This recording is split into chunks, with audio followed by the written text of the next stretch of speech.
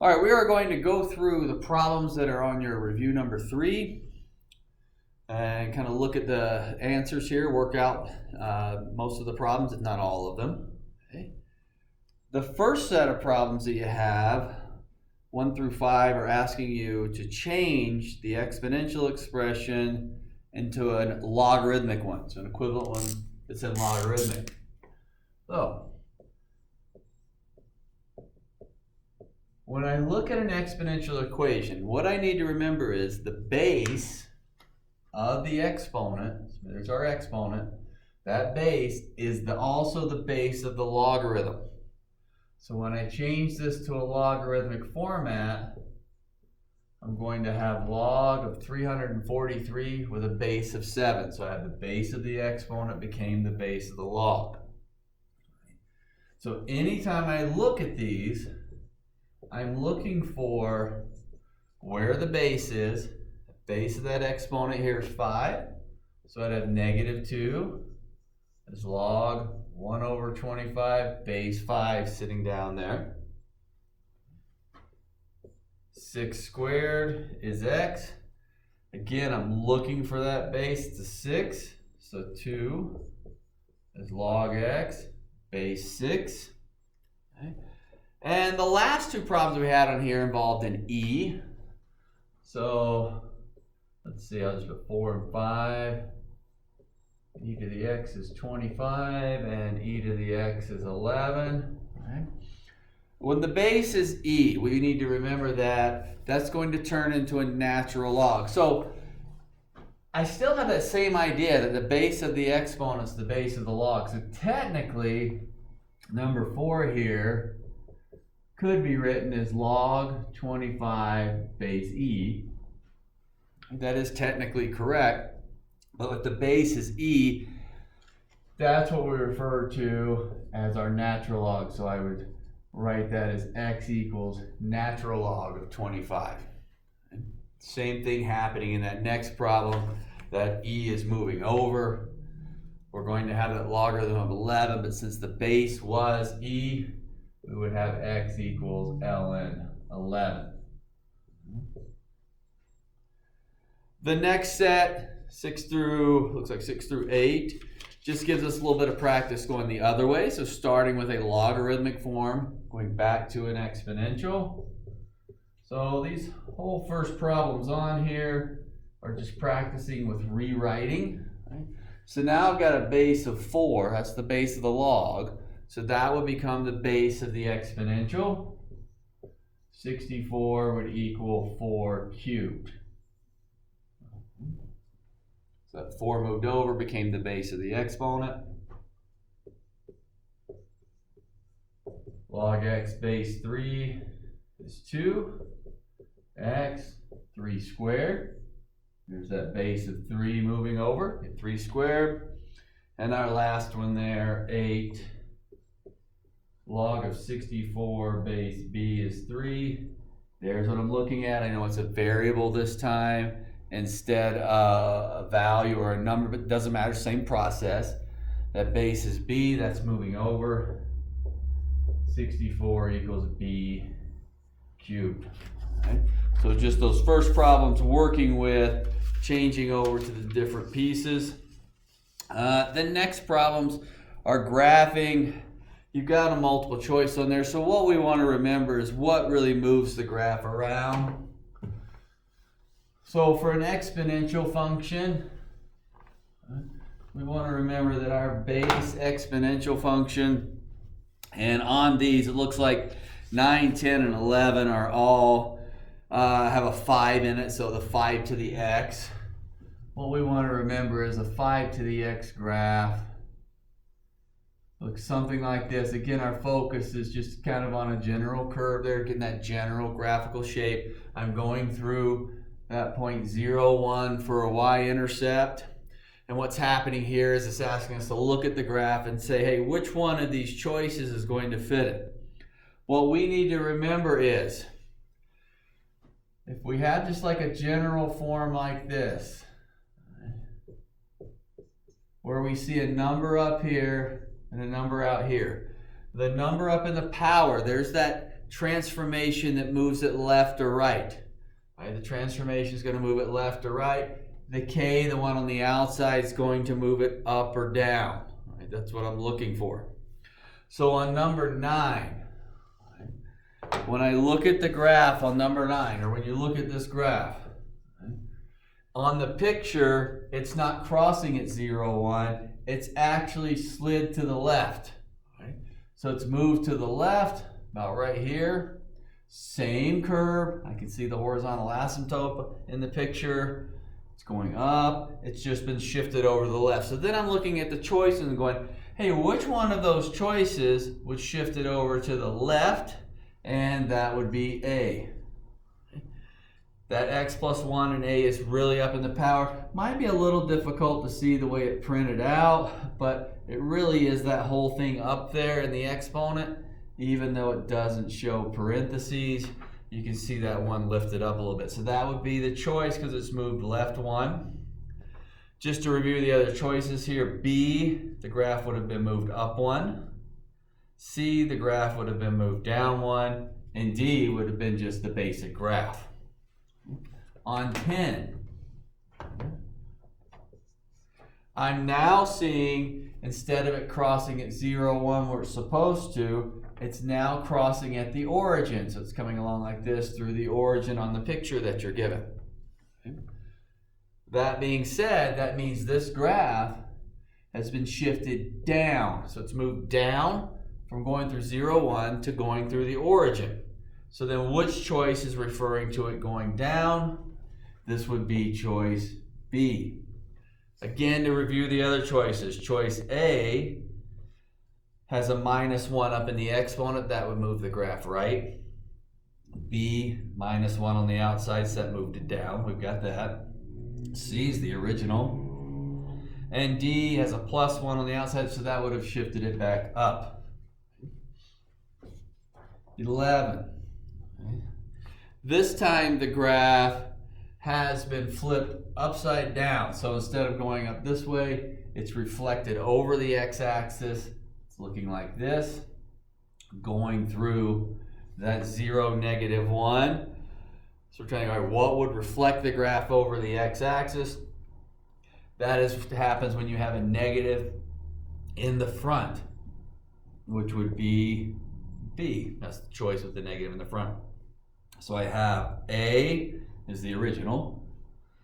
B is what we got. C actually would reflect it over the y-axis. So it would go this way and kind of come down. And D would do both. So we need to remember the negative coefficient in the front. That's going to reflect it over that x-axis. Turn it upside down. Okay. The next set deals with the basic logarithmic graph. Okay. Now, when I had the exponential graph here a minute ago, I had 5 to the x. But that really wouldn't matter if it was 3 to the x, 8 to the x. It's still going to be the same basic shape. So that's the shape that we're talking about here. Okay. The logarithmic graph was the inverse in its basic form. Looked like this. Going through that 1, 0. Right. And this would be, I'll say it's the logarithm of x or log of x. I didn't put a base here, so we need to remember that means base 10. But let's say the base was 4, base was 7, base was 8. It would still be this same general shape going through 1, 0. So my focus is, where did that general shape move to? Okay. Same idea as with the other transformations. If it's a number on the inside, there's my left and right movement. Outside plus or minus at the end, there's my up and down movement. So 12. I look at this graph, and instead of crossing through 1, 0, it's been shifted down this way. Right? And that point's coming down, and we still have the multiple choice here, so we know it's going to be coming down 3 units. Even if it's a little bit difficult to tell that it's 3, it actually is at the point 1, -3, so it went down 3 units. But all the choices there do have a 3. So we need to look at and see, hey, which one shifts the graph down? All right. Well, this would be choice D is going to send it down. All right. Let's review the others. our A, right? A has a positive 3 in the front, and I know it says 3 minus log x, but we could actually rewrite it as negative log x plus 3. Well, that moves it up, and that reflects it over the x-axis, so it would be upside down. That's not what happened in our picture here. B and C both have that 3 sitting on the inside, right? Inside the parentheses, inside the logarithm. So that would indicate a left or right movement, and that's not what happened here. D is going to be that shift to move it down. 13. Now I've got a picture that instead of it going through 1, 0, it's now going through 2, 0. So that means it's been moved to the right 1 unit because it's now going through 2, 0. So from its base graph, it went to the right 1 unit, and this would be choice C. Okay. Again, let's review the other choices. A and B, those are going to move the graph up or down. It's C and D that would move the graph left and right because there's where we've got the parentheses of what's going on the inside of the logarithmic function. And C would be the one going to the right. I see the x minus 1 in there. 14. All of a sudden, all the choices have a log base 4. We need to remember, this is just our generic log graph. That's a base 10. If it was a base 4, it'd still be that same shape. My focus is where did this shape move to? And on this one, instead of going through 1, 0, it's now moved over and going through 2, 0 on this picture, which again means that it went right 1, which in this case would be D for 14, moving it right 1. So remember, the minus 1 on the inside is what's going to move it right. The part that's meant to be confusing on this problem is simply that it went to a log base 4 instead of a 10, and we just need to remember, hey, there's my basic shape. That base, anything greater than 1, and it's going to be that same basic shape. That's what we're moving around, basic idea. Log properties. Right, so what we want to remember is, for log properties, and this is starting at number 15, our log properties were, if I had a product, I could change that to a plus. If I had division, I would change that to subtraction. And if I had a power, let's see, I'll go M to the P, powers can come in front. All right. Now, these work both ways. So if I had addition, I could come back and put it back together as a product. If I had subtraction, come back together as division. Powers, number in front, coefficient can go back up to the power. And the first set here, and there are other properties of logarithms. These were our 3 main ones. Okay? And it's just trying on 15 through 19, break it apart. And then on 20 to 25, put it back together. But we want to remember these 3 things. Product to plus, or the other way. Quotient to minus, or the other way. And powers go into the front, or again the other way up to the power. Okay. So, when I'm seeing these problems, it's just trying to give you a quick rewrite using the properties. So on 15, the fact that it has a log base 5 doesn't change anything to me. I know these are generic over here, but that log's 10. If the log was not 10 and say it was a 5 like we see in 15, that's just going to be a 5 there, 5 there. This was a 5, 5. It's just our base going through. So in 15, I'm seeing division, and I'm also seeing exponents. So if I see division and the exponent, that exponent's coming in the front. And since it's division, I'm going to have minus 7 log of y base 5. Okay. So the 7 was the power on the y. That went in front of the logarithm of y. The 4 was the exponent on the x. That went in front of the logarithm of the x. Okay. 16, I have a log with a base of w. Again, it's just a base of w. It's just a variable. It's replacing whatever number's supposed to be there. It's just getting us to use our properties. Up top, or in that numerator, we have a 9x. Well, that's a product. So we'd have log of 9 plus log of x. Okay. The denominator is the 4, so I'd have minus log of 4. Since I'd have a 4 on the bottom, that's going to be that minus. Okay. 17. Log 5, I'm going to start out with 1/7 log of 18, base 5. Now that's a little bit different look. It's because it has a 7th root. So we need to remember that a 7th root of 18 can be written as 18 to the 1/7. There's where I'm getting that power from, or that exponent coming down in front. The other two are on the bottom.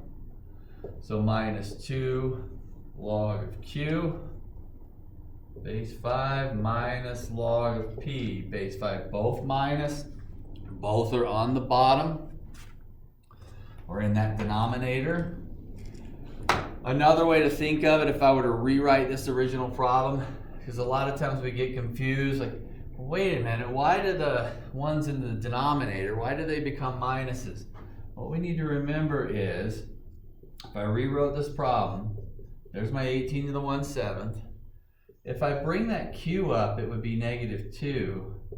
And if I bring the p up to the numerator, it would be -1. There's where we're getting the minuses. It's really these exponents that are coming down, creating the minuses there. 18, the square root is being applied to both parts because the square root is over the 6 and over the x. Remember, square root is a half power. So there's where we're getting 1/2 log base 3 of 6 plus 1/2, since it was still a product, log base 3 of x. And then on 19, we're seeing those roots again. I'm just trying to get you used to the roots. Remember, square root's a half power. 17, you had a 7th root. That's a 1/7 power. And now we're looking at a 9th root and a 5th root. So that's going to be a 1/9 power, 1/5 power. So that's how we ended up with 1/9 log of m base 8 plus 1/5 log of n base 8. And then there's that denominator again. And if it's in the denominator, it's subtraction. The reason it was is because if you brought it up, it would be a negative exponent. K base 8. So breaking up using those three main properties. Okay. At 20 to 25, we're putting it back together. So what we want to remember is, if we see a number in the front, that came from an exponent. Okay. So in other words, if I saw something like, hey, 3 log x, well, that's the same as log x cubed. That number in front came from the exponent. Still working with these same three properties. If I see an addition problem, then that had to have come from a product. Subtraction came from that division. Okay. So when I'm looking at number 20, that I'm going to have a log base 6. That part I do know. I see they're both log base 6. The 3 has to go up and will be a power of the x, so it's going to be x cubed. And then the 5 becomes the power on the x minus 6, and that's what I'm looking at right there. Right. I'm taking log base 6 of that entire quantity there. 21, we don't have any values in the coefficient, so I don't have any exponents coming in. It is a plus though, so it's just going to be a product mn. Very similar to what we had right here, just have lowercase rather than capital letters. 22, we know it's log base b. 3 is going to be the power on the q. And r is going to go to the bottom. I see that subtraction. Or you can think of it as r to the -1, that powers a -1. And it would be acceptable to write it q cubed, r to the -1, But typically, in our simplified form, we get rid of our negative exponents, and that's why it went to that denominator. 23. The parentheses are there just more of a distractor, okay? They're all log base a's. We need to remember if it was a plus, it's in the numerator because that was multiplication. If it's a minus, it's in the denominator because it's creating that negative exponent. So I'm going to have an x. Well, y has the minus, so it's in the bottom, or in the denominator. And then that 4 in front, I'm going to have z to the 4th, and it's up top. All right? Again, that plus is going to put it in the numerator. Sometimes we look at one like this because of the parentheses, and we think of, all right, well, that's x minus y, and then times z to the 4th. But that is the same thing. If I multiply this fraction times z to the 4th, z to the 4th is in that numerator. Okay. Fractions show up in, oh, sorry, I was looking at 25. No, 24 now, and then we'll get to those fractions. All right. I've got a 5 going up, 3 going up, so I've got a log base A, 10 to the 5th over 3 cubed, and that's what we're looking at over. I even wrote that wrong. This was a plus, so 10 to the 5th times 3 cubed. So they thought I saw a minus there, but plus is going to go to that product as far as what we're looking at. 25. I'm going to kind of follow the same pattern here. I know it's going to be log base A. So what I remember is all of the coefficients, those came from the exponent. Right, so they're going up. So in that first one, it's going to be x to the 5th. If I see a minus, that's becoming a negative exponent, which meant it's in the denominator. So I'm seeing x to the 5th, y to the 5/6 would be in the denominator. W to the 1/4 would be in the numerator. And then z to the 4th would go back to the denominator since it's got the minus. Now this is perfectly acceptable. We can write 1/4 power. We could even write a 4th root. Okay. Typically we'll leave it as a rational exponent, but if you wrote that as a 4th root, that would be correct on that W. Same with this guy down here, the 5/6. That would be a 6th root to the 5th power. And then again, we can just leave it as that rational exponent. It looks a little bit cleaner. The next sets of problems are all calculator. Okay. You had the values in the answer key to check these out, but 26 through 33 are on the calculator. So we need to remember basically that our calculator is programmed in base 10. So if you're asking me to do the log of 15, I can do it. I can just type in log of 15 because it is that base 10. Let's see what this would be for an example here. I'll round off. It's got 1.176.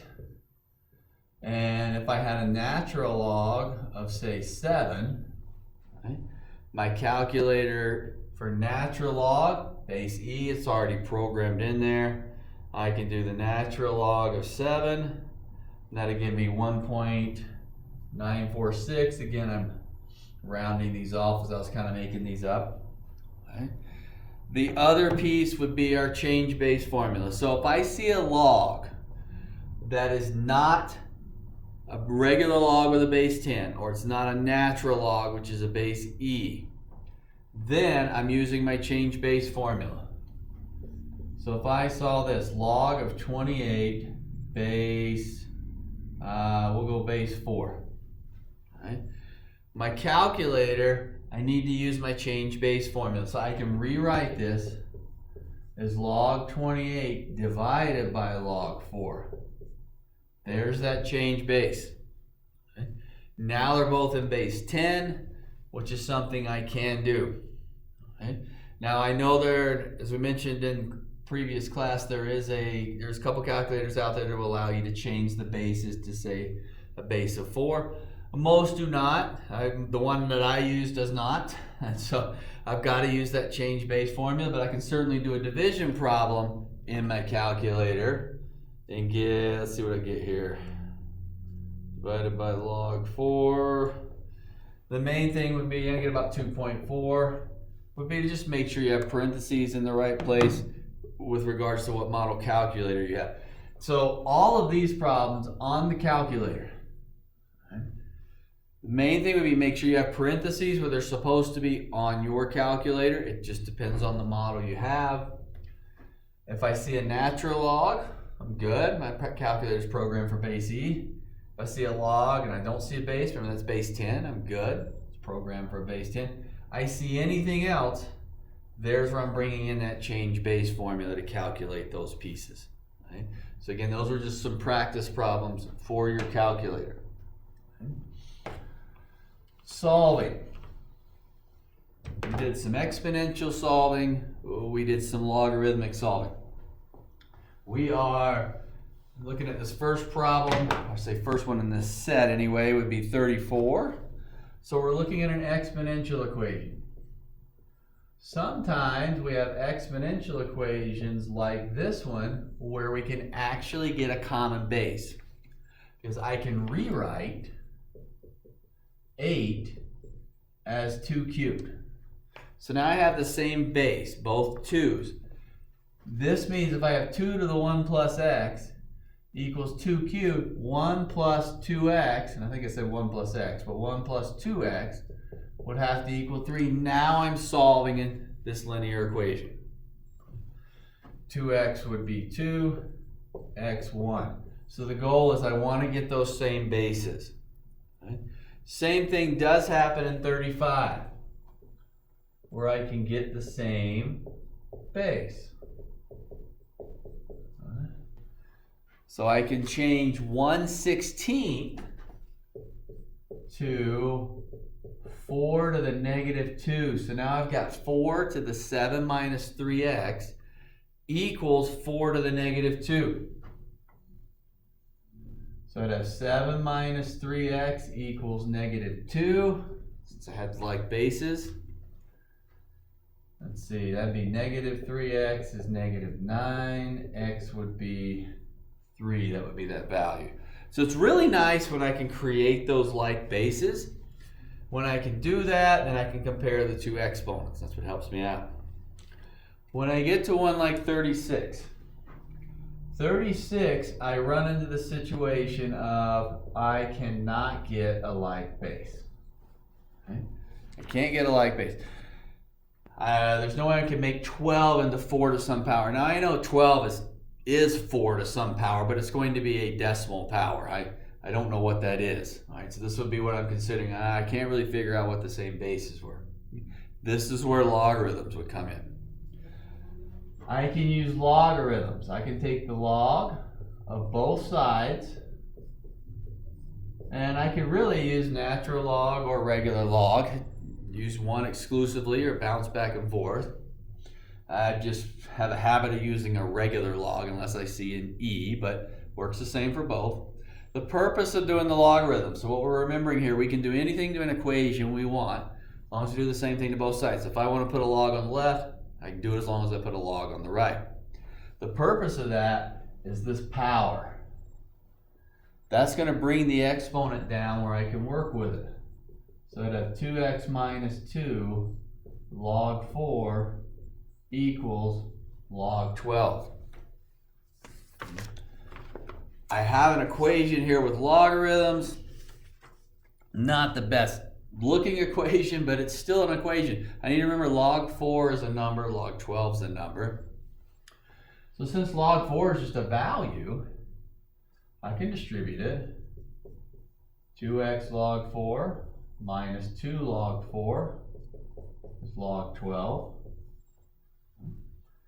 And what I remember now is if I'm going to solve for x, I've got to get everything away from it. So I'm going to move this 2 log 4 over. So I have 2x log 4 equals log 12 plus 2 log 4. Now, those aren't like terms, but that's okay. I can get to my calculator. I want x now. Log 12 plus 2 log 4, all divided by 2 log 4. And then that's going to be that crucial spot where I need to work to get this into my calculator correctly to get my right value. And this is where we have on the answer key 1.896. So I'm trying to get that into my calculator. Get those parentheses and such in the right place. Solving for x. Now these two guys here that I still have on the board, 34 and 35, these we could get like bases. This one I couldn't, so I had to go to logarithms. Right? What we need to remember is we could actually use logarithms on these and run through the same process. So even if I could get a like base, but I don't see what it is, if I don't remember 8's 2 cubed, then I can work with logarithms. I'm still going to come out with a 1. The next two on there, we are forced to still use logarithms. Let's see, 37. 3e to the 3x minus 5 is 15. And again, we need to realize on that, I don't have parentheses, but 3x minus 5, it is raised up a little bit, so it is an exponent. Okay. That's one of those things on test day, you're going to see the same type notation. If you have a concern, hey, is that up in the exponent or not? I can't really tell. Ask me. I'll be more than happy to tell you. Okay. On this, versus number 36, yeah, I see an e. That's a little different. But here the exponential piece was alone. I've got 4 to whatever there. That exponential piece is alone. Now it's not. It's got a 3 sitting here. So the first thing I want to do is get rid of that 3. I can divide both sides by 3. And now I have my exponential equals a number. Now I'm in that situation with the exponent equals a number. This would be a case where I would use natural log. Again, you can still use regular log, but if I see a base of e, typically I want to go to natural log since it's already in a base e. Here's that power. That's coming down. 3x minus 5 times ln e equals ln 5. Now here's the nice thing about using the natural log. If I have a base of e, all of a sudden that goes away. Goes away, it really doesn't just disappear, but that value is 1. Natural log of e is 1. Right? I can type that in my calculator and see it's 1. So I'm really left with, if you distribute a 1, it doesn't do anything, or change anything, I should say. So I've got 3x minus 5 equals ln 5. And now I'm looking to just solve for x. I'm going to add 5 to the other side. And divide by 3. And then if I want the decimal approximation, this is where I'll go to my calculator. And we'll get 2.203. And we want to practice getting these decimals from these complicated looking logarithmic fractions. Okay. 38.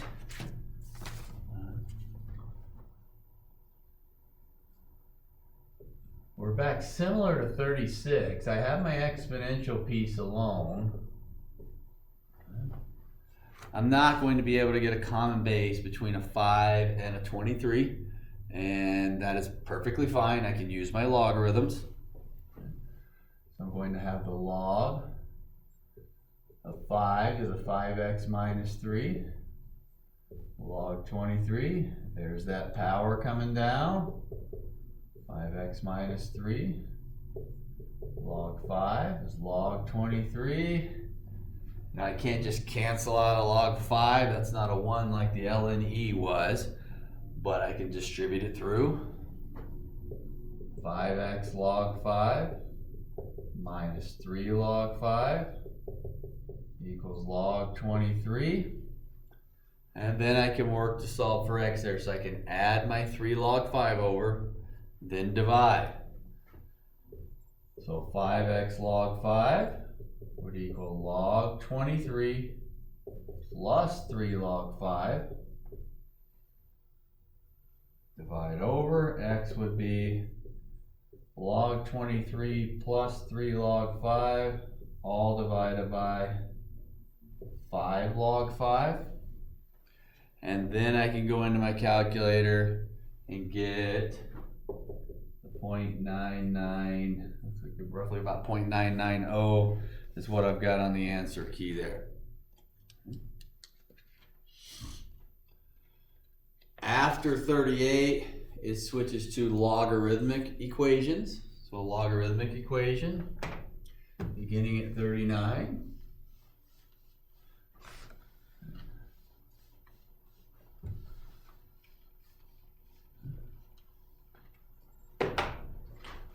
So in 39, log x plus 4 base 5 is 1. All right. The problem with solving this for x is because that x plus 4 is trapped inside of the logarithm. I need that out of there.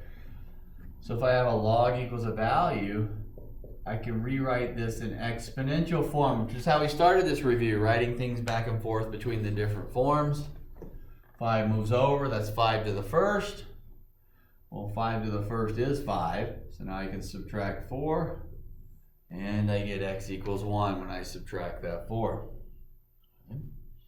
The other type of log equation is identified in question 40, where we have a log equals a log. Well, if I have a logarithm equal to another logarithm, then that would mean that these two inside pieces right here have to be the same, or I wouldn't have a true statement. So what I know is x plus 4 equals 4x plus 1, and then I'm back solving my linear equation. Let's see, 3 is 3x, and x is 1 there. So on log equations, logarithmic equations, I'm looking for two things. Either log equals a number or log equals log. When I get to number 41 and going forward, I don't have those situations. I have the ability to create one of those two situations, log equals log or log equals number, but the initial setup I don't have. So on 41, when I look at 41, the first thing I want to realize is, wait a minute, I'm subtracting two logs. So this is going back to the properties we had before. If I see subtraction, I can rewrite that as a single log. So that left side would become log of 5 plus x over x minus 3. Right side unchanged. Now I have this situation of a log equals a log. So I know automatically 5 plus x over x minus 3 has to equal 5. Yeah, I got to do a little bit more to solve here, but I've got my two inside pieces equal to each other. So I'd have 5 plus x, 5 times x minus 3. Looking a little bit better to me now. I'm going to distribute that 5 and then work to solve for x. 5 plus x is 5x minus 15. So let's see, 4x is 20, x is 5. 42, I can combine the right side of the equation. And this time I have a plus in there. So I'm looking at log of 3x equals log of 5x minus 20. Because I can multiply that 5 times the x minus 4 there to give me the 5x minus 20. And now I'm back to a log equals a log. Hey, 3x, 5x minus 20. So let's see, negative 2x is negative 20. X is 10.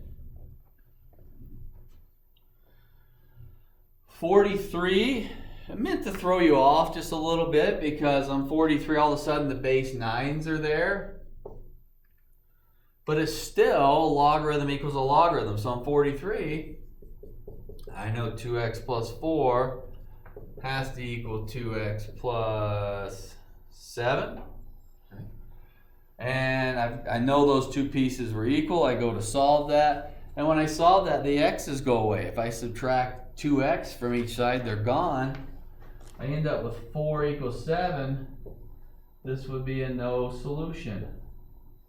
Because I think you would agree, I didn't have an x left to solve for, and 4 definitely does not equal 7. So that would create that no solution. Okay. 44, I'm back to a situation where I can combine the logs. So I do see a plus on that left side. And I've got a base 3 there. So we're going to have log base 3 of x squared minus 24x. Because I'd have x times x minus 24 is 4. And now we're back to a situation like we saw in number 39. This is a logarithm equals a number. So I'm going to have x squared minus 24x equals 3 to the 4th. Well, 3 to the 4th is 81. So I'll bring that over. Because I see a quadratic, I see a square there. That's going to tell me I've got a factor. So I'm looking at x minus 27. X plus 3 is 0. X is 27 or negative 3. Okay. And what I need to remember is I cannot take a log of a negative value. Remember, this was our basic logarithmic graph. The domain wasn't over there on the left side. I can't take the log of a negative. So in the original problem, I had a log of x and a log of x minus 24. 27 works fine in both of those. I'd have a 27 and a 27 minus 24. Negative 3 does not. So I can't have negative 3 as that solution.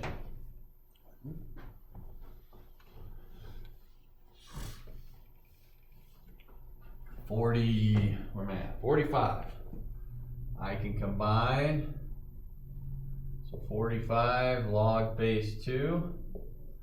This one we've got division. 3x minus 2 over x minus 5 equals 4. And now, even though I've got a fraction there, I've still got the log equals a number. Okay. So I'm going to have 3x minus 2 over x minus 5 is 2 to the 4th. There's that base moving over. 2 to the 4th is 16.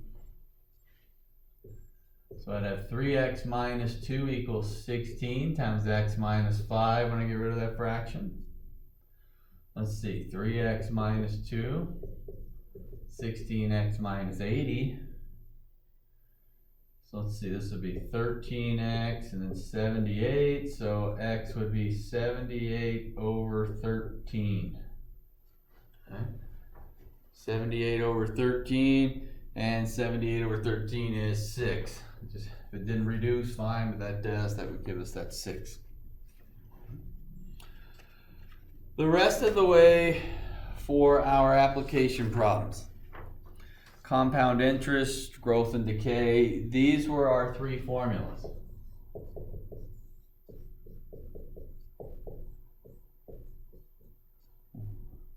We had A equals P times 1 plus R over N, the NT. A equals P e to the RT. And A equals A sub 0 e to the KT. Now we got to know what the different variables are, but you are given these 3 formulas on the test, or given these for the test. They're not 3 that you have to memorize, other than the fact of knowing what the variables stand for and knowing which formula is which. So the top one up there, regular compound interest, like compounded semi-annually, something like that. The middle one, compounded continuously. And then the third one is the growth and decay formula, which looks very, very similar to that continuous interest formula. 46. I'm going to get the setups on some of these. You have the answers, so we want to make sure you get in the calculator right. So let's look at the setup. Initial investment of 1,000. All right, so we've got A equals 1,000. That's how much I put in.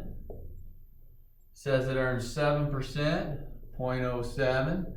Semi-annually, so that's a 2 down there.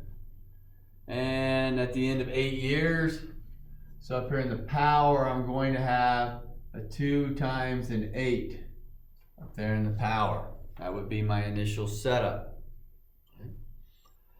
47. This time I am putting in $480. I have a rate of, again, 7%, so 0.07. This time says quarterly, so that end value is 4. And we had 9 years, so 4 times 9 up there. 48. We've got compounded quarterly again. So we're putting in 12,000. 1 plus, this time we have 11%, so 0.11. Quarterly 4 to the power of 4 times 3. That quarterly piece, there's my setup. 49 and 50 switches to the second formula, because when I go to the compounded part, it's telling me compounded continuously. That's my clue that I'm looking at that second formula.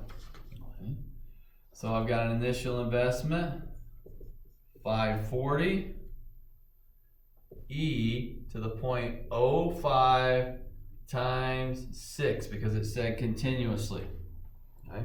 And again, on each of these, you can put those in your calculator to get the values on the answer key. 50 also talks about, 50 right here, compounding continuously, but this time it asks for the principal. It's saying, hey, how much money would you have to put in the bank? What initial investment would you have to make to get $1,190? So now the 1190 is over here. I'm looking for that principal. It is continuous, so e to the 0.08 and times 4. Okay? So we need to remember, I mean, this might look like something complicated, but it's still just a number. E to the 0.08 times 4 is a value. So I'm trying to solve for p. P would be 1190 divided by e to the 0.08 times 4. And again, it would just be making sure you're getting those parentheses correct in your calculator. 51. Now we're talking about a population growth, so growth or decay would typically take us to this guy right here. But in this particular situation, they gave us the formula, which is still in the format of a growth or decay. I'm going to write that up here, O22T. All right, and this time it's asking us, T is the number of years since 1962. Estimate the population in the year 2000. So we need a value for T. We need to realize that T is not 2000. T is the number of years since 1962. So T in this case would be 38. So I'm multiplying 0.022 times 38 because it's 38 years from 1962 to the year 2000.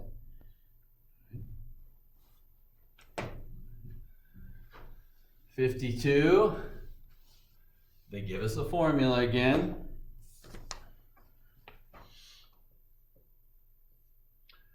So let's see, P equals 500 E. It is a growth and decay. It is modeled by that formula. They just gave us all the values in there. Okay. After how many years will the population reach 2,500? So I'm trying to find T. This will be 2,500 equals 500 E to the 0.19 T. This is going to take us back to the exponential equations we solved earlier.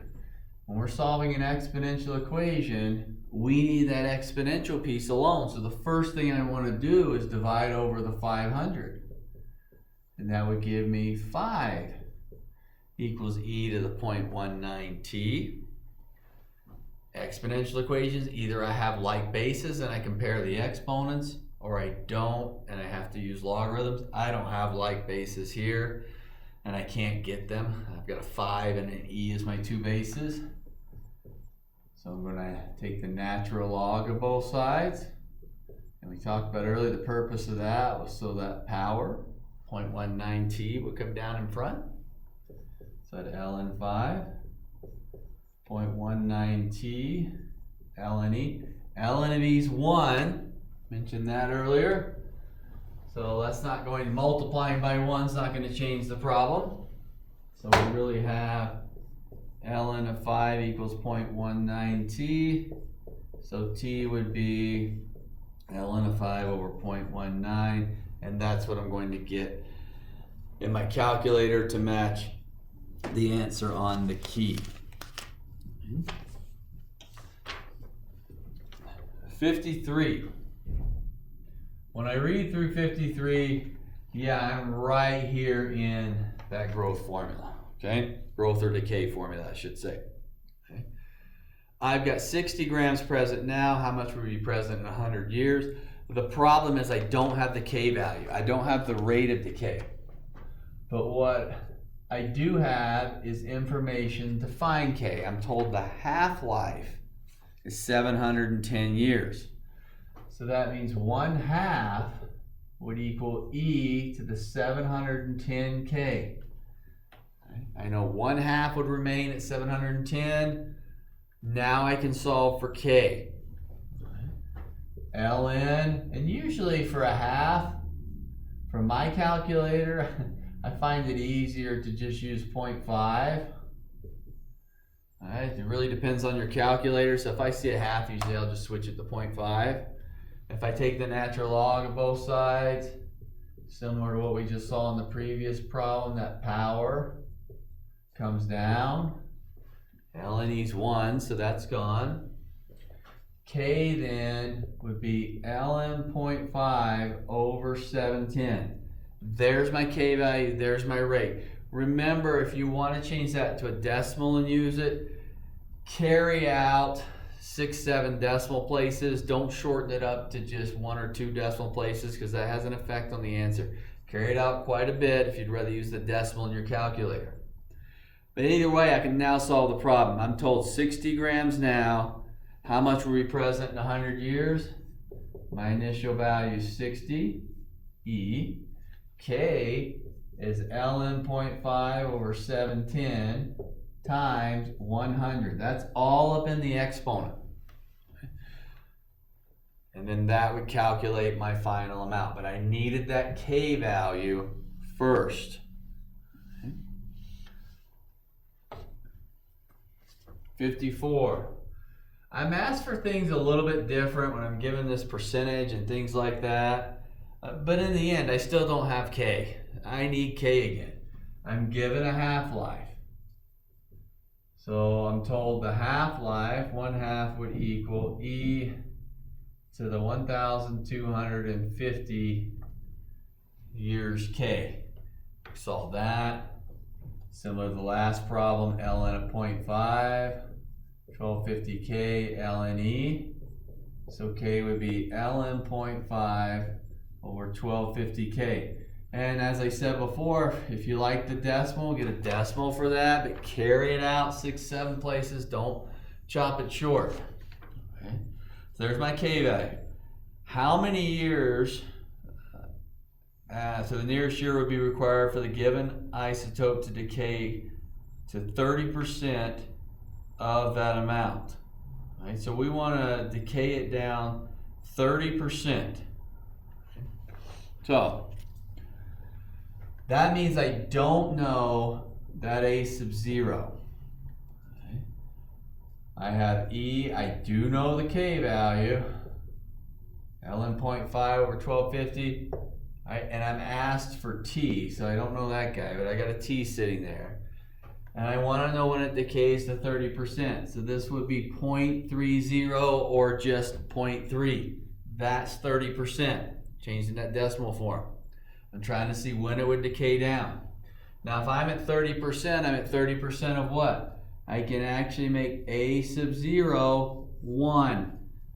Then I go down to 30%. If I make A sub 0 anything larger than 1, then I'm going to have to calculate what 30% of that would be. So for example, if I made a sub 0 1,000, well, it's going to decay down to 30%, which is 300. Well, the first thing I'm going to do is divide that over, right, for that piece. And then I would have, let's see, those cancel. I'd have 3/10, which is actually 0.3. So I can just go ahead and use a 1. I can pick whatever value I want. But if I use a 1, I can go ahead and just put my decimal here for that 30%. Versus, hey, here's a value. Let me calculate 30%. Now let me simplify. It's always going to go back down to that 0.3. So kind of clean this up a little bit. I can really just make it 0.3 equals e to the ln 0.5 over 1250t. I'm solving for t.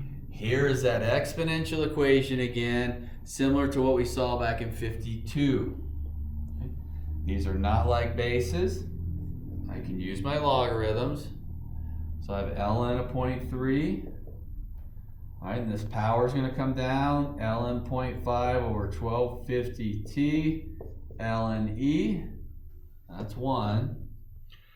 And this is where it's a little bit of a pain in our calculator, but in this way, t would be ln 0.3 divided by ln 0.5 over 1250, so divided by that large fraction, and that would produce our decimal value you've got on the answer key.